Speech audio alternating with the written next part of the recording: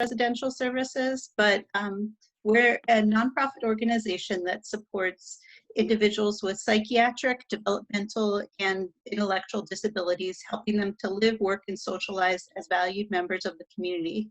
JRS has been in existence for over 25 years and was created to support individuals with disabilities who felt marginalized, stigmatized, and isolated from the people and places most meaningful to them.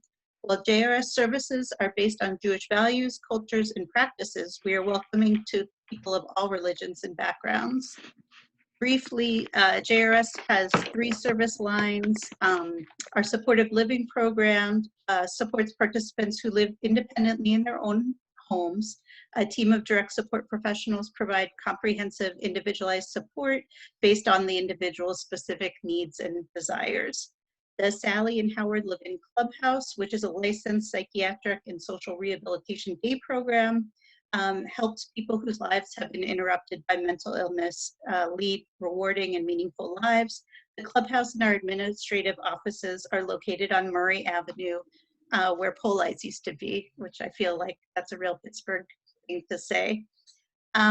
Lastly, the Families in Transition program, which I work on, is an initiative for individuals who are eager to assume more independence, but who need considerable support. JRS has partnered with Verland, another nonprofit agency, to bring a small licensed community living arrangement to Squirrel Hill, as well as another CLA that's scheduled to open later this year.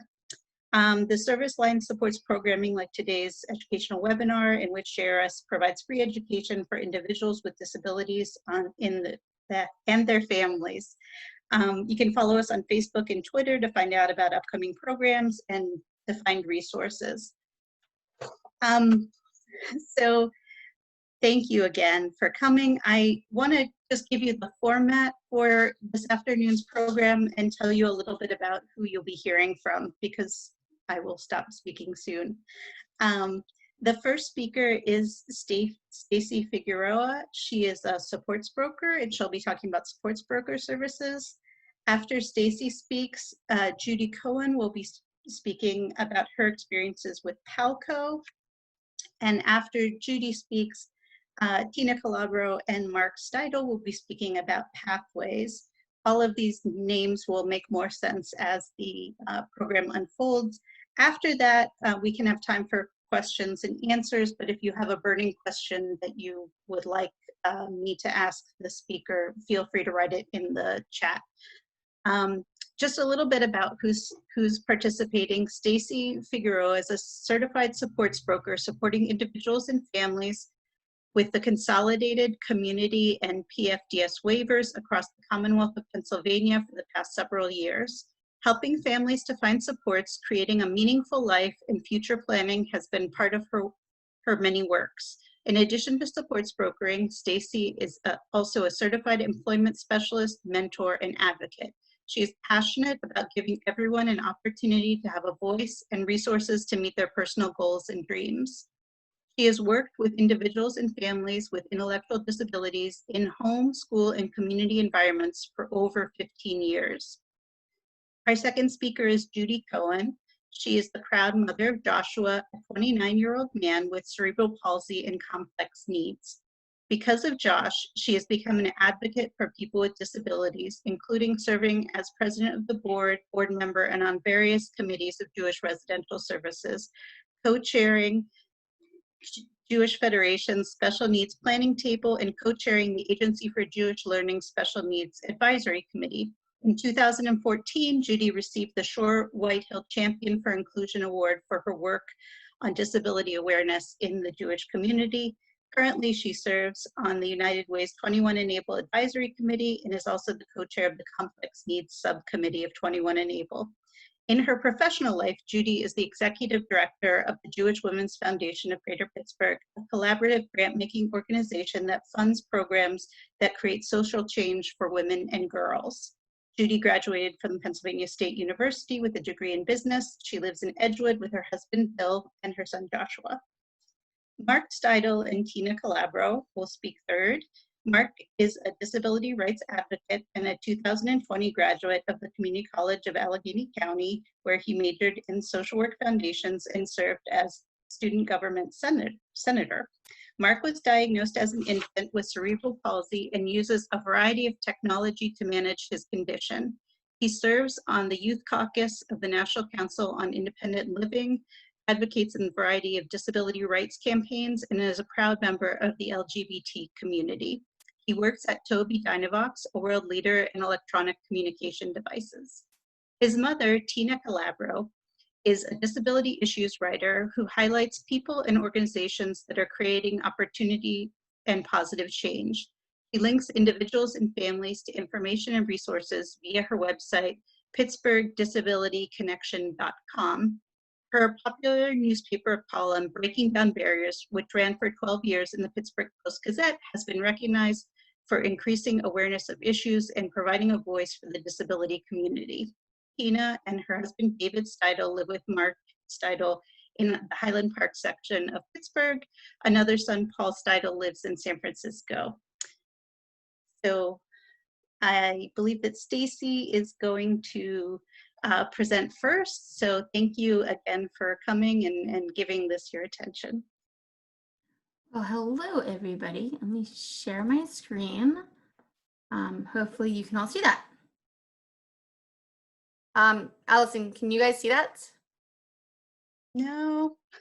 Oh, you know what? That's because I have to hit share screen. There we go. There you go. Yep. All right, we're good to go. Well, thank you for that introduction. I greatly appreciate it. Apologies in advance if I say words that sound silly to you because I'm from Philadelphia and we have a whole list of words that are different. So stop me if I say things that sound funny because I'm from the area, or I sound funny because I've said words that are in the industry and maybe not to your daily tongue. Like Allison said, I am a certified supports broker, and supports brokering has been around for a number of years. However, what it has been is a new set of rules that started July 1 of 2017. So for the new rules that we're in, supports brokering is rather infantile in the ODP standards. So we're going to talk a little bit about what is participant-directed services, what is supports brokering, and how they tie in together. And that's going to be a little bit about what we talked today about. Keep in mind, you are going to have a number of questions at the end of this, and that is okay. I will be happy to answer them all, whether it's in the chat at the end, you email me, call me. We'll get to your questions, I promise you. This is not a comprehensive, in-depth training. This is just an overview of what supports brokering is in relationship to participant-directed services. But to start first is we're going to remember that participant-directed services, and I am not going to read all the slides, but this one I particularly want to read. It gives a great definition, and it is from the National Institute, the National Association of State Directors of Development. They have worked very hard to put some standards together across the country. So this is a great one. It's self-direction has emerged as a game-changing strategy in organizing, delivering Medicaid-funded services, a means of affording people with disabilities enhanced opportunities to live fulfilling lives of their own choice to local communities. So what does that mean? Basically, it's a PDS, or participant-directed services, is a model designed to give people with disability more control of their supports, where they want supports, when they want supports, and how. And that might look different for everyone. Maybe you go to a day program during the day and you have someone support you at home at night or in the community on the weekends. Maybe you make your own everyday lives calendar and you really create a meaningful day for yourself and go out there and do that. And you might need someone specific to support you, or you might not. It's a combination. Participant-directed supports does not need to be all or nothing. And that is a great opportunity. Just to give you a quick heads up, I'm not going to read all these slides. I'm going to give you kind of some overview. If you need this slideshow, we can email it out to you so you can read some of the details. So who is eligible for participant-directed services? Today, we're going to talk about the ID waiver, the intellectual disability waiver. There may be self-directing services in other waivers, but that is not my knowledge base. So today, we're going to focus on the ID waivers. If you don't know, there's the $33,000 cap, which is the PFDS waiver. You are eligible for a number of supports in that, including a supports broker. And we actually don't come out of that $33,000. We are paid above and beyond in an administrative cost entity. So it's a great option to get supports brokering and not have to worry about it coming out of your budget. The community living waiver is capped at $70,000. Supports brokering will come out of that budget, but you don't need to put in for the entire available units. You can say, I only want this many units. And so we don't need to take up a whole bunch of your budget. And it does come out of the consolidated, but as you know, that is a bit of an unlimited option. So it's not too much of a big deal. So basically, if you're in the ID waiver and you have one of those 3 waivers, you're eligible for a supports broker. We're going to get to what supports brokering is. Hold tight, a couple more slides. So you want to live your own life and you want to guide what it is I want to do. So what does that mean? What is self-directing? I talked a little bit about maybe making your own schedule for the weekend, maybe making your own schedule for the evenings or during the day. But it also means knowing what kind of other supports you need, trying to figure out transportation, making sure you have maybe a homemaker who can help take care of your home if you live alone, or even if you live with family, someone to take care of your space, respite for your family, goods and services falls under that, helping to support it. Again, I'm not going to read all of this, but there's a number of things that you can do to self-direct your own services, not just choose staff for the weekend or the evenings or during the day. These are some of the many things you can do. So for simplicity purposes, what is self-directing? It is a chance to take control of your life in one to many aspects. Can you do that? Sure. How do you get started? We're going to talk about that in a moment. And who can help you with this? That's going to be the supports broker piece. It sounds exhausting, and it sounds like, well, yeah, I need all these things, and I could use respite, and I could use for transportation, but who can do it? And who can I get started? It sounds exhausting and overwhelming. But that's where you're going to get a supports broker, and we're going to help you through it. We're going to hold your hand. So what is a supports broker service you talk about here, Stace? It's really, we understand participant-directed services. We get how to help you organize that while staying within your ISP goals. We work very hand in hand with the team. We will coach you and guide you and direct you, you and your family, you and the support team, because not everybody lives with a family. Sometimes we work with individuals who are on their own, and it's really a bunch of paid supports working together to direct and guide. We will consistently encourage as much accessibility to the community, working with natural supports, which is often people who are on your team, but that's your paid supports, but your natural supports, your family, your neighbors, that community entity, who are they and who can help you figure it out? But we're not here for just today. We will help you figure out tomorrow, and that looks like a whole lot of things. Sometimes it's literally tomorrow, and sometimes it's using things like the life course tools. I'm planning for the head, planning for if you are with your family, what happens should that loved one pass away, and what would that life look like for me? Let me get back here. So we will work with you. We will not take anyone's place. You will keep your support coordinator. You will, we will continue to just build capacity. We're going to build the team work with folks around the team that you already exist, and we might even be able to identify additional team members. So you have a goal that you want to learn to get to, let's say the casino. You'll want to get there. That's all you want to do because there's a river there and you want to go walk on the river. So whatever that goal might be, do we have to help you find transportation? A person who likes to go look at fish too, a person who likes to go look at birds with you. We're going to look and see who can help you to reach that goal and build the team capacity. We don't replace anybody. We're really just an extra hand. And that is just the awesome part about supports brokering. So how do you get started? Well, we're going to talk a lot more about that in a couple of slides later. But bottom line is you're going to talk to your supports coordinator. He or she will help you put this in the ISP. Nothing else can get done until it's in your ISP. So if you have one of those 3 waivers, you have an ISP. I mean, you know that you can adjust your ISP at any time in the year. So you can always ask for a supports broker. Just because July 1st just passed doesn't mean you can't add this into your plan. And you don't have to wait for your annual review.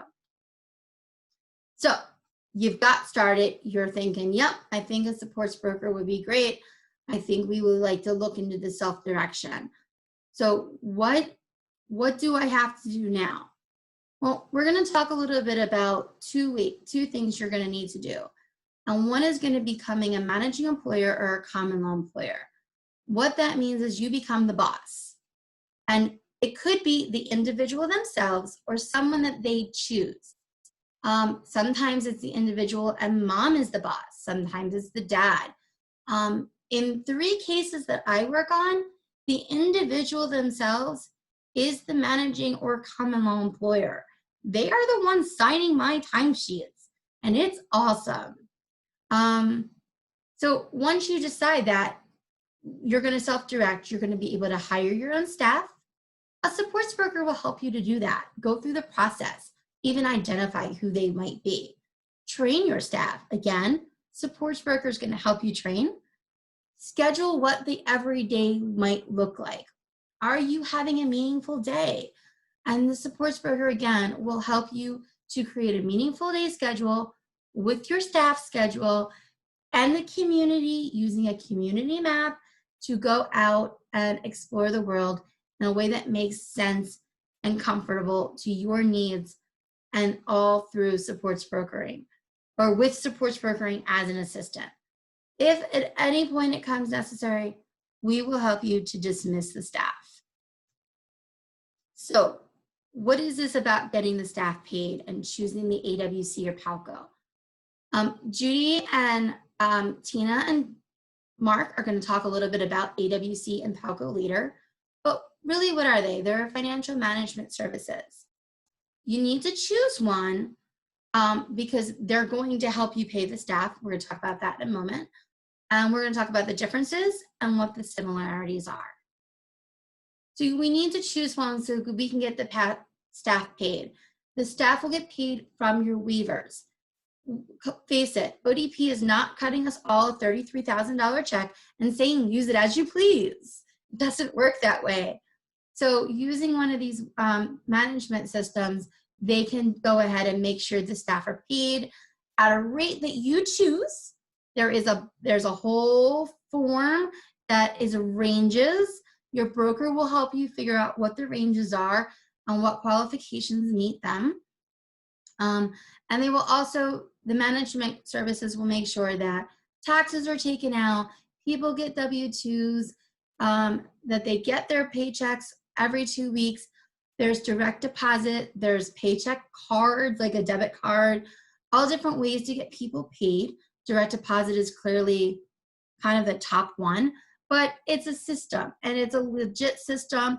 People feel better that they get their taxes taken out of and they're not getting under the table. There's a reality. This is a real job. You're a professional. So what's the differences? Now, the AWC is what's called the agency with choice. Each county across the Commonwealth has a different AWC. Some AWCs may cover a couple of counties, but for the most part, there's one AWC for different counties. PALCO is the vendor model, and it covers the entire Commonwealth of Pennsylvania. So you can be in Pike County up in the Northeast to Butler County over by you guys, and everybody in between can have PALCO. The AWC in your local area is Pathways. Where I live in a lot of different counties within a 10 to 20 minute radius. And there's about 3 or 4 different AWCs that I work with on a given day. So the similarities is they're both payroll entities. They both pay the staff twice. They're going to comply with the federal EVV standard mandate. If you don't know what EVV is, simply put, it's an electronic verification system, which is going to require basically all staff to clock in and out of their work task. I'm not going to get into EVV, but if you've got questions, that can be a whole separate, that's a whole separate 2-hour conversation. But bottom line is both are complying with it, and both are going to comply with the ODP regulations and rules. They're not going to overpay if it's not in your ISP. They're going to make sure that people aren't going over a certain number of hours and units. It's that simple. So how can a supports broker help with all this? Well, we talked about looking for staff. We're going to help you find staff, get them hired, create that schedule again. We're going to again look at the different supports in your circle. Who is your circle of support? Is it completely filled in with the people that you need to have a meaningful life? What's missing? Is there somebody who's missing because you love music and maybe there's 3 or 4 people in your group that only like to read? No one's going with you to the concert or to sit on the lawn to listen to a band. So what is that looking like? Developing backup plans? Let's face it, we all have great staff in our teams, but somebody gets sick, someone passes away, they want to go on vacation. So what is that backup plan? Or it snows and they can't get to the top of the hill, and you happen to live on that top of the hill. So we look at backup plans. We will help you to make sure you're following your ISP. We will make sure that you're in compliance. And we will help you to look at the meaningful day, everyday life pieces. I'm not reading everything. I'm actually kind of going off the top of my head there. We will work with you and the whole team. So if that is talking to the staff, talking to your sports coordinator, sometimes it's even talking to day program people. Whatever that might look like, we really are a communicator between the members of the team. We will help you facilitate any issues that you have, whether you choose PALCO or AWC. We will work with them to make sure things are going. We will help you to make sure that staff are trained. Sometimes it's because the AWC or PALCO says these pieces have to be discussed, or you're like, that person's really good with my child, but I really would like them to do this. This is the goals we're working on, and we will customize a training or a hands-on, one-on-one work with the staff to make sure they're doing it the right way, or the way that will work for the individual towards their outcome, to make sure the development and the goals for the year are getting sorted. Our role is pretty simple. We will always support the managing employer or common law employer. We will always make sure that we're following ODP and program rules, and we're going to work to enhance national supports. All of those things are our main roles, and the other stuff kind of falls under it. Think about everything I said. We're going to assist and keep communication going. That's helping to train. All of those things all fall under. These are our basic rules. Supports brokering is just there to help you. How is this broker obtained? Excuse me, Sarah. Well, first of all, choose self-directing. If that's what you would like to do and you would like to have any control of your day, you can choose to self-direct. Ask your coordinator to put in for supports brokering, and that is the most simplest way to get started. If your supports coordinator doesn't have somebody in mind for supports brokering, you can definitely contact me. If I can't help you, I have connections in Pittsburgh that can help you. And you're going to get two choices for brokering. One, an independent broker like myself, where we're not attached to an agency. And we will work with you and we will get hired the same way any other staff would. And that's through the AWC or PALCO. Or you can choose a brokerage. There's a couple of brokerages across the Commonwealth that are easily recommendable and that you can sign up through those guys, and you will be assigned a broker. You won't get to choose one, and they will work with you in meeting your needs as well. So that there are your two ways of getting a broker. And if you're not sure what brokerages are there in your area, again, feel free to reach out to me and I will help you. Whether you choose me or you don't, that's not my goal. My goal is to make sure you get what you need. There's a lot of people across the Commonwealth and I'm one person.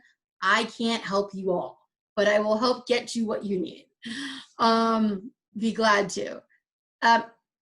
Ways to have brokering. If you're on your own, living in your own place, or you're with your family, you can have a broker. If you're in a residential service and you would like to live on your own, then we can help you. But if you're in a residential service already and you have no plans of leaving, a broker cannot help you. You have to be wanting to self-direct and live on your own. A little nitty-gritty fact here, if you're a numbers person, it's 1,040 units a year. It averages out to about 5 hours a week. But the really great thing about brokering is it can be annualized, which means that you might get a broker to help you up front, and it might be 10 or 15 hours this week and maybe 2 or 3 hours on another week.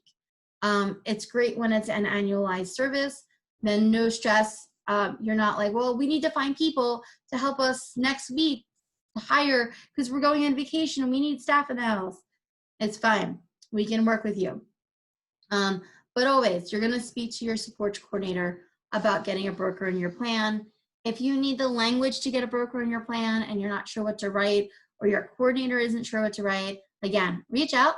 I'll be glad to get you the language. I have it in copy and paste. It's not a big deal.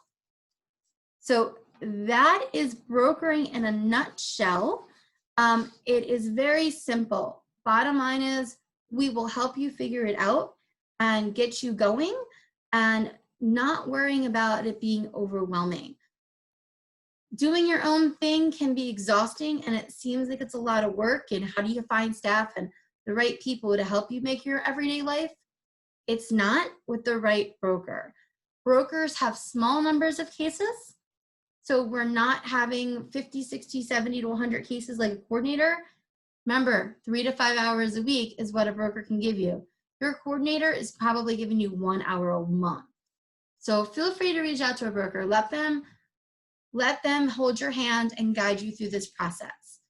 And I'm more than glad to. So this is some of my information. You can call, text, or email me, and I'll be more than glad to help answer any questions you have. That was a lot of information in a very short period of time. So I'm open to any questions you have.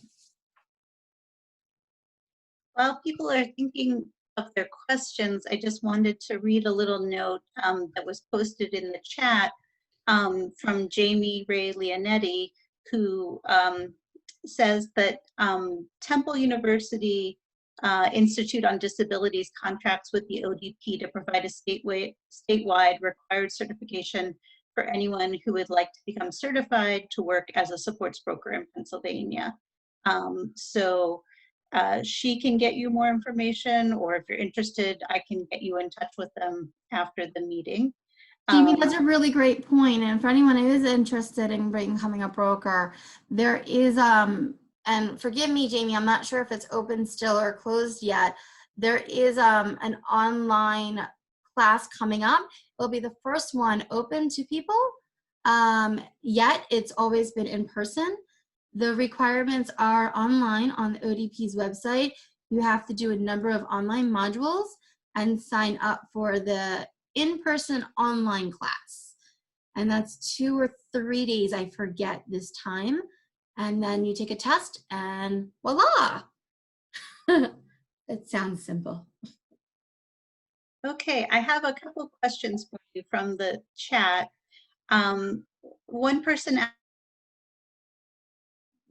asked, does the $15,000 exclusion for supported employment also apply to community living and consolidated? 15,000 for employment is for PFDS waivers, Okay. not for community or consolidated. Okay. And there were some questions about the advantage of self-directing over agency, but I think the next couple speakers are going to cover that. Quick answer to that though is control. That's going to be your quick answer to that, is you have the control to say, I really want Bob to come every week at Tuesday, versus an agency option, which means they said, yes, we're going to send you somebody on Tuesday from 1 to 4. And it might be Bob this week, Sarah next week, Rochelle the following week, whatever. Basically, they've said 1 to 4, so they're sending a body, not necessarily someone who has a connection with the individual. And when their connection isn't there, you're opening a bag of worms for behavioral issues, other challenges, unknowns, all these things. So it's setting up control. Control is the simple answer. Okay, one more message from Jamie from Temple University. The next certification is open for registration on the MyODP website. The dates are August 24th, 25th, and 26th. Aha, I knew it was coming up. Thanks for confirming. Okay, if there are more questions, we can have Stacy answer them at the end. Judy Cohen is going to speak next, and she will be talking about her experience with self-directed services through PALCO.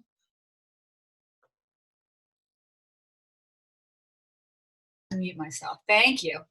Thanks, everybody. It's great to see those who I know, and for those of you who I don't, welcome, and so glad you can join us today.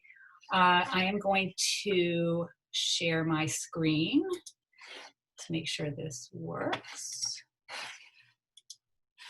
Okay, and play from the start. Okay, so you heard Stacy talking about 2 different sort of paths that you can take if you want to do self-directed services and hire your own staff.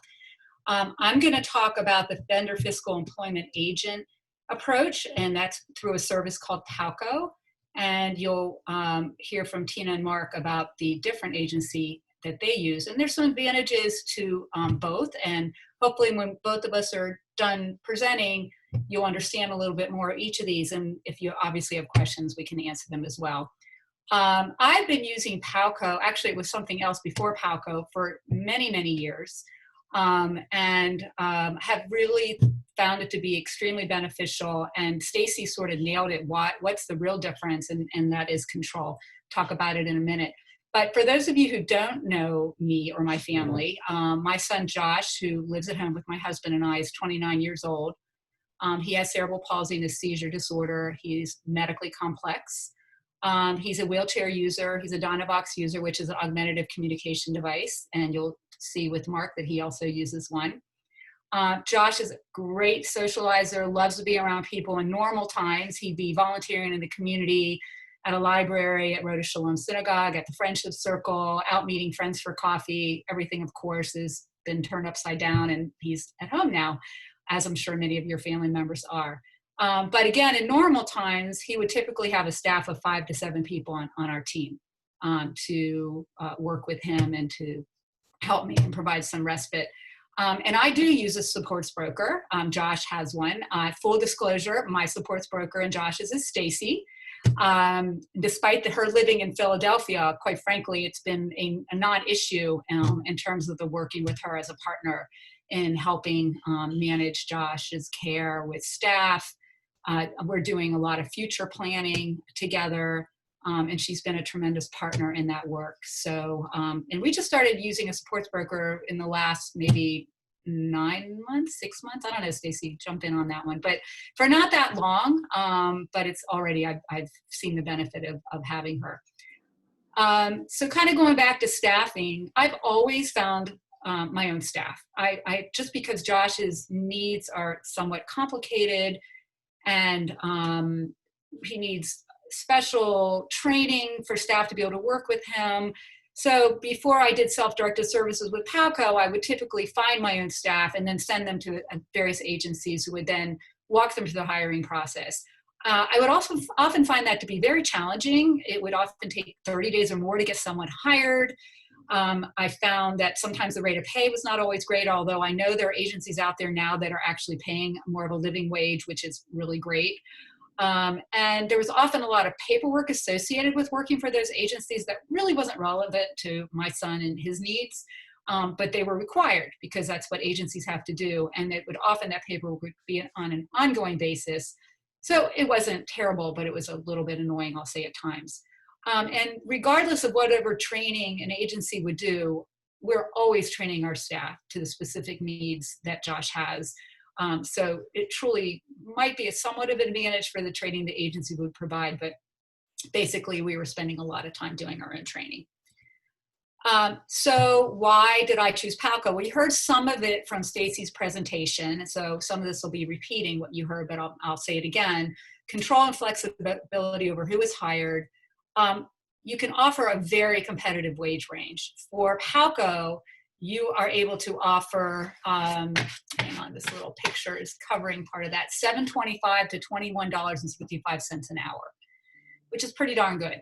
And I've typically paid my staff depending on their level of experience. So not everybody gets $21.65 an hour because I've been the managing employer and I feel responsibility in how I set up the pay structure for my staff. So you might say, well, Judy, you should just pay everybody $21.65 an hour. And that's certainly a strategy. I've chosen not to do that, and it depends on their experience. So usually I'm between 18 and 21.65 an hour. It does not provide benefits, but the $21.65 an hour, for example, the caregiver that we had for 5 years, it enabled her to have health insurance. Because I was able to pay her a wage that was actually a living wage. So the first thing I did when we hired her 5 years ago was go out on the exchange and get her insurance, which she had not had for years. Carol Tavis asked the question, can parents be paid? And the answer is yes. And in fact, I'm in the process of turning over the common law employer responsibilities to my husband so that I can sign up as a support worker and get paid for the time I'm now spending, much of it with my son, because we're not having staff come in the house because of COVID. So I finally decided to bite the bullet and go ahead and sign myself up. But up to this point, I've not been paid, but now will be in the future when all the paperwork is done. When I had my staff of 5 to 7 people, I was able to set my own schedule, and it gives a lot of flexibility in that realm. My caregivers became a real team. I'm sure you'll hear that with Tina and Mark as well. So if one couldn't work, they would text the others, and we were able to get staffing, and they would take a lot of ownership for that. I talked about being able to train staff to specific needs, and it really does give family members independence in managing the staff who is caring for your loved one. So, okay, let's see if I can change my screen. You have to do it at the bottom. All of a sudden, it's not letting me. There we go. So what does PALCO actually do? Again, Stacy went over some of the highlights of this. They act as the employer agent, including generating payroll, providing electronic deposits for employees. They withhold and pay all the payroll taxes. They submit the W-2s at the end of the year, the tax documents. You get workman's comp insurance coverage with them. They complete background checks on the employees before they're hired. And although it's your responsibility, because you're self-directing, to be aware of your budget and how much you're spending on your budget and making sure you don't run out of budget to pay your staff, they will provide those reports to enable you to do so. So they can also, and this gets into some of those other self-directed services that Stacy was talking about, pay mileage reimbursement when it's appropriate, pay vendors. So for example, we just had a vendor put an overhead lift in our home. And the whole management of doing that was between me and the vendor.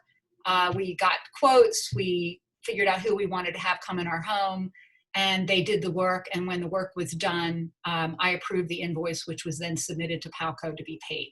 So again, that's part of that control and managing what you need to ensure healthy and good outcomes. So This, I think, becomes one of the key differences between what you'll hear about with Pathways and what you'll hear about with PALCO. PALCO, you become the common law employer. So as I said, right now, that's what I'm doing. I'm getting ready to shift that over to my husband. The employer of record is the one that is the participant or the surrogate who has the responsibility to fulfill the functions, including but not limited to. So we do all of our recruiting and hiring. With help from Stacy, by the way, who helps with some of the initial screening and such. But in the end, I actually make the decision of who I'm going to hire and how much I'm going to pay them, how many hours a week they're going to work, and so on. We have to train all of our SSPs or support service professionals. I'll call them staff. Same kind of words, the language is SSP and PALCO world. Determining their schedules, the responsibilities, managing their work in a supervisory capacity. So that's something you have to be comfortable with. If someone is not performing their job, there's no middle person to help you sort of navigate that. You are the employer. So you're responsible for ensuring that the person is doing their job and giving them feedback and terminating someone if they're not working out. Ongoing work includes completing and submitting the required SSP documents, which quite frankly, it's a little bit paper heavy at the beginning when you hire someone.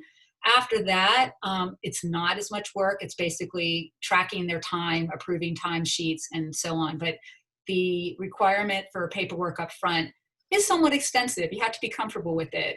I will just tell you right now, if any of you are interested in PALCO and end up deciding this is something you'd like to do, I'm certainly available as a parent to tell you, what it's like and help you with paperwork. If you choose the route of hiring a support broker, that's a role that they can play as well. You do have to maintain employment files on each of your folks. I've never been audited, but you could be, and there are progress notes and other documentation that you need to keep on your folks. So that is something you need to do. SSPs can't work more than 40 hours a week. It's the responsibility of the common law employer to make sure that doesn't happen. And as I already mentioned, you have to keep progress notes, which the staff fills out and you sign off on. And the progress notes are based on the goals in the ISP that then translate onto the progress note sheets every time when people work. And I believe the notes can be submitted once a month. I've been doing it per pay period just to make sure we stay on top of it. So there are some challenges, as a common law employer, when it's on you as a responsible person, you have to stay on top of the payroll periods to ensure your staff are paid. It's kind of important. There's a schedule, PALCO provides it, and your employees would certainly be able to remind you of that as well. But ultimately, it's the employer or your responsibility to ensure that happens. On occasion, PALCO, there's been some glitches. They've made mistakes. They've had some issues, but overall, they've been great to work with. There's an 800 number. They have several people that are very knowledgeable at the other end of that line, and I've been able to work through any issues that have come up. We've talked about this. You have to be willing to complete and oversee the paperwork when hiring new staff, and you have to be willing to take on the interview responsibilities when you're hiring. So how do you get started? If you decide you want to go and be self-directed, as Stacy again said, you have to talk to your supports coordinator. PALCO becomes a provider in your ISP, so you would need to have a critical revision. You have to decide who is going to be the common law employer. As I mentioned, I started out being that. My husband's going to become it. You need to fill out and submit the initial paperwork to get started as a common law employer. They have a great website, palcofirst.com. So even if you're just curious and want to dip your toe in the water and learn a little bit more about PALCO and what they offer, I would really suggest you go to their website. Look under the Pennsylvania programs, and you'll get lots of opportunities to read what it takes to become a common law employer, the different forms that are required, and so on. And once you're set up as a common law employer, then you hire your staff. And again, paperwork has to be done, including for a parent, if that's applicable and you want to be hired. Customer support at PALCO can also help you. So examples of the paperwork that have to be filled out, nothing unusual in terms of hiring any other person as an employer. I-9s, W-4s, there's some other things that ODP requires that need to be signed off on. I'll tell you that because there's more flexibility with hiring your own staff, for example, I'm getting ready to hire a nurse under PALCO, and it'll be under an enhanced HAB code that allows me to pay her a very competitive rate. So those are some of the things that you fill out when you're filling the paperwork out. If you're hiring someone with those kind of qualifications, you have to submit, she has to submit her nursing information that she's been certified as a nurse. All of that's, again, in that paperwork. I'm just trying to think of some other examples. Oh, if they want to do direct deposit, you submit a voided check and fill out that form. So those are just some examples of the paperwork that's filled out. You'll submit those completed documentation to the enrollment team. They'll review it. They'll contact you if anything is missing or incomplete. Once they sign off on all the paperwork and the background checks are done and everything else, you'll get a good to go notification. The common law employer will get that, and staff can begin to work. And I have found, although don't hold me to it, that on average, getting someone signed up can take anywhere from 1 to 3 weeks to do, which is considerably less than what it takes to use an agency.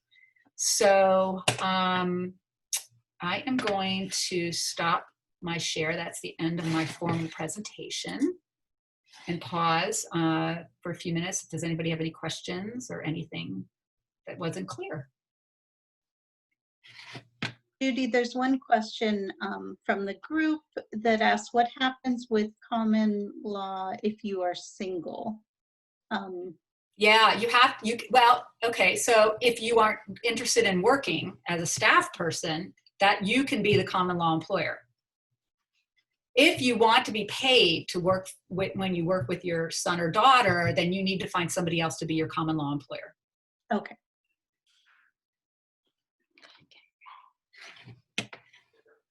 You also, don't forget, depending upon your son or daughter, even your niece or nephew for that matter, whomever you're caring for in your home, depending upon their level of ability, they can be their own common law. They can be their own common law employer, and the supports broker will help them do the processing of managing or common law employer. So that is still allowed if you, as the only adult in the house, want to get paid. And someone else, a couple comments from the chat. Someone wrote that my ex-husband is the managing employer, common law employer, so I can work with my son. And a separate question is, can siblings be hired or paid? If they're over 18 and they obviously have no criminal or background issues, then yes. The rule with family is that no family, whether it's no one person can work more than 40, and it doesn't matter if it's 2 to 30 people. As a family unit, you cannot have more than 60 hours, and that's under both models. A week. Yes, a week. Thanks for that clarification. Yes, a week. Oh, a year would suck. Well, it's good that you chimed in, Tina, because you and Mark are up now. Okay. All right. Mark is going to say hello with his communication device.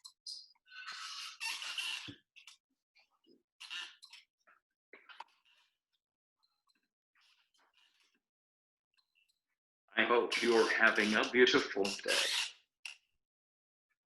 Could you all hear that? He said he hopes you're all having a beautiful day. Okay.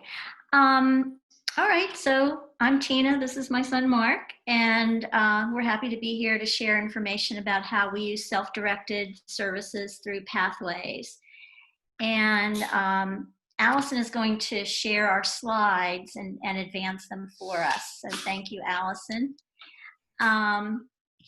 Okay, so as she's getting them up there, I'll just say a little bit that's on the slides. The first slide you will see very shortly is just a picture of our family. We do have an older son, Paul, who lives in California. He's a great brother, but he's not able to be here to participate in sort of day-to-day things with Mark in terms of caregiving. Mark is are you having trouble, Allison?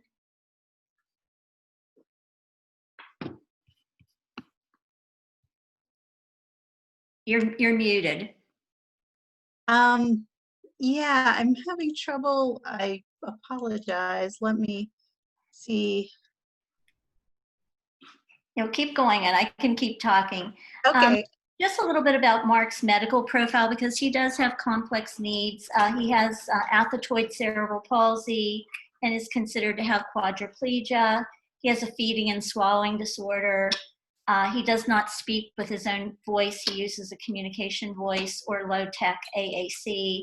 He has Barrett's esophagus, which is a GI condition, and he has a feeding tube. So he has a number of things going on that are medical, which really leads us to want to have the best quality care that looks like the kind of care that my husband and I provide for Mark.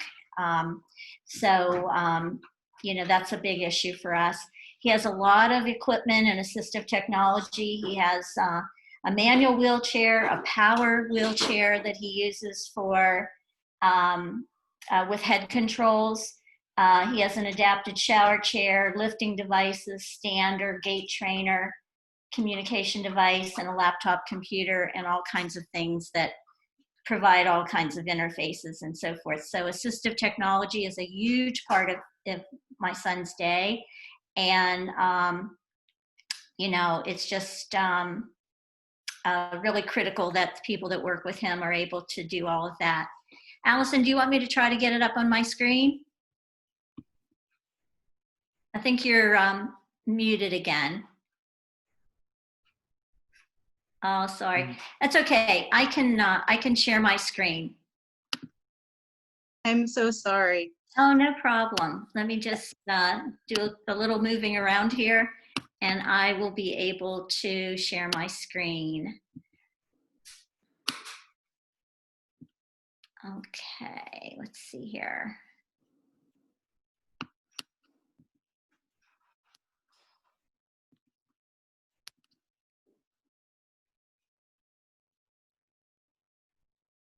Okay, and yeah, so here we go. Okay, just a few more moves and I'll have it. Okay, because I have it also if you don't. Oh, you do have it. Oh, go ahead and do it then. Let me see. Can you see now? Yes, yeah, it's there. Okay, so there's our family. And you can go to the next slide, Allison. Medical profile, we just went over. Equipment and assistive technology, we went over. Go ahead and move to the next slide. Okay, and you got all that. And then go to the next slide. This is a picture of Mark in his bedroom with his technology. So you can see he's got like a ton of stuff there going on. And then go to the next slide, Allison. You can see his communication device that he, this is a picture of his screen on the device. His aides have to be really talented in nonverbal communication. So, so the self-direction on Mark's part, a lot of it involves a lot of patience. Really the right kind of people are essential to us. Okay, go ahead to the next slide, Allison. A typical week for Mark would be right now in pandemic time online, but in typical time face-to-face with friends, social networking, volunteer work. He works a half day at Toby Dynavox on the South Side, exercise and therapy type things in the home, shopping, entertainment venues. So that's a typical week for Mark. He's 25. Okay, next slide. So looking at this kind of holistically, what are we looking for here in our home? We want Mark to be here with us. We're all set up here in the home. We have a good home for Mark to live in as long as he wants to live in it. We're happy to have him here. But what does it look like? Well, it has to look really healthy. All the support and equipment is in place and operational. We have a support coordinator who provides appropriate guidance and problem solving. We need well-informed providers of health care and other services. Mark is a self-advocate, and we need a community that values diversity, inclusion, and belonging. So that's our big goal, our big vision for what we want for our son. Next slide. So agency with choice, you know that it's, you've heard this this is the third time, the service delivery option. It enables self-directed or family-directed services, and it requires the individual or the family to do some part of the work. Next slide. So we use Pathways, which works in Washington and Allegheny County. It's based in Washington County, their offices. There was a question here about if there's any other AWCs that work in Allegheny County. I do not know the answer to that. Okay, next slide. So why we started with using an AWC in 2015, very similar to Judy and Josh. We were already recruiting aides for the agency. They were not able to find aides. We were already training and managing the aides for the most part. The third point, we had a pipeline to potential aides at local colleges. This is a geography aspect of this thing. We live in Highland Park, which is right on a bus line, and we're within, 3, 4, 5 colleges. So we could find aides easily, not just people in school and in graduate school, but also alums, graduates. And so we've never really not been able to find aides, but living on a bus line and close to the center of activity in Pittsburgh is really a plus for us. It's made this work. We were already using social media to recruit aides, so we have no barrier in our minds for doing that, and we do it. And we could pay aides at a higher rate because of taking on the responsibility of AWC. The rates for AWC, well, they do have a lot of different service codes, but I believe Mark's is the same as Josh's, and it's the ceiling on it is about 19 rather than around 21. So that difference of $2 is probably reflects the amount of paperwork and responsibility that my family has to do. And like Judy, we don't start people out at 19. 19 is the gross amount. They usually gross net 17, but we don't start them out there. We usually start them out at 14 or 15, depending on their experience. And then they move up to 17 over a period of time when they're really doing an excellent job and all that kind of thing. Okay, next slide. This is a picture of Mark with his aides. This was taken a year and a half ago, something like that. But this is his team. Like Josh, he usually has about 5 to 7 people. And so as you can see, all of these people are college students. They're all like graduate students in PT, OT, speech, and he just has a great team. And the other plus is that they're close to his age group. So they also are very good as friends as well. Next slide. So for us, the role of the managing employer is just to do those things that Judy pointed out: recruit, hire, train, schedule. There is some initial paperwork. It is a little paper heavy, but it's not too terrible. There are some mandated trainings every year that Pathway sends out to us. And the materials they send are just fine. It's a little tedious to go through that with each aide, but it's not too terrible. And then they do have the electronic sign in, sign out, and service notes. So that's easy. Okay, next slide. A typical week. Oh, wait a second. Role of Pathways. Okay, the next slide is the role of Pathways AWC.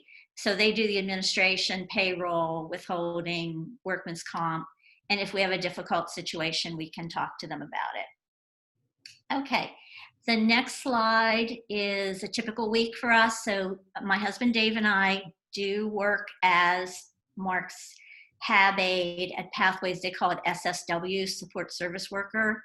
And so we do work for that 60 hours, and that's how we split it up. Then we have, this is in typical times, not right now, but we have 4 HAB aides through Pathways, and we tend to use them more on the weekends. There is one that goes to Mark's workplace and works with him. And then the agency that we use Bayada Home Health, and we also use Bayada Nursing. So there's that combination of services. And the agency Hab Aid that we use, she comes for 2 hours, gives Mark a shower, and does some intensive personal care every week. And then we have an agency nurse usually for 16 hours a day. That's usually 2 8-hour days. And so that's our typical week. I wanted to say, reinforce Judy's point about when you choose people, you get to choose them based on what their strengths are. So, you know, this Hab Aid at the agency, she loves doing the bath and shower type stuff. So she's great. I hope we have her forever. But it also goes for other Hab Aids. Some are good for going out on the town. Some are good for the workplace. Some are good for hanging out in the home. You know, just it really allows you to go with the flow of what the talents of that person are. And for us, we've made it work. If Dave and I were not in the picture with our 60 hours, staffing our home would be more difficult, obviously. But as I was saying to someone on the chat, you know, it's doable. It's not easy to have full staff at home if the family is not providing the care, but I do believe that it's doable, and we're working toward that as a couple, my husband and I, to work our way out of that 60 hours a week and have others coming in and doing that 60 hours. The only other thing I wanted to mention is that we do use SupportBroker. We go through Vision for Equality, and that SupportBroker has done something very incredible for us. It took her about a year. She created a 100+ page care manual for Mark that has everything in it. Every aspect of his care spelled out, pictures, procedures, everything. And it's available online, and we have it printed out, and it's something we can use for training. So it's been a great way for us to use a SupportBroker. So that's what we have. Thank you.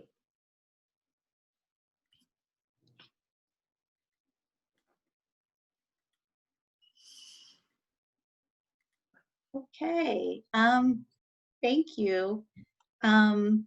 We don't have any new questions in the chat, but if people have questions for any of the speakers, please, you can type them in the chat or unmute yourself.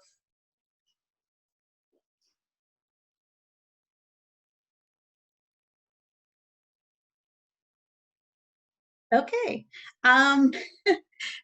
I guess there's no questions. It's a lot of information to absorb, and because of that, we're going to be sending out emails to all the participants with information to complete a survey. We'd like to know what you think, and we'll also be sending out the slides that the presenters have shared as part of the program. Certainly you can be in touch with me if you'd like to get in touch with a speaker and you want me to set you up. I can be the matchmaker for that. Also, I just want to give a brief plug for Jewish Residential Services. We really love to do these programs. But if you would like to donate to JRS, every contribution makes a difference in our community. Our website is jrspgh.org. But we really do want to know what you think. So we will be sending you out a survey. Please be honest. Please let us know if there's things that you would like to know more about. We are going to have a raffle for a Starbucks gift card, so that's incentive. But I just really want to thank all of our speakers who took the time to present this, and I want to thank all of you for coming. I think we had a great group, some really thoughtful questions, and any closing comments from the speakers?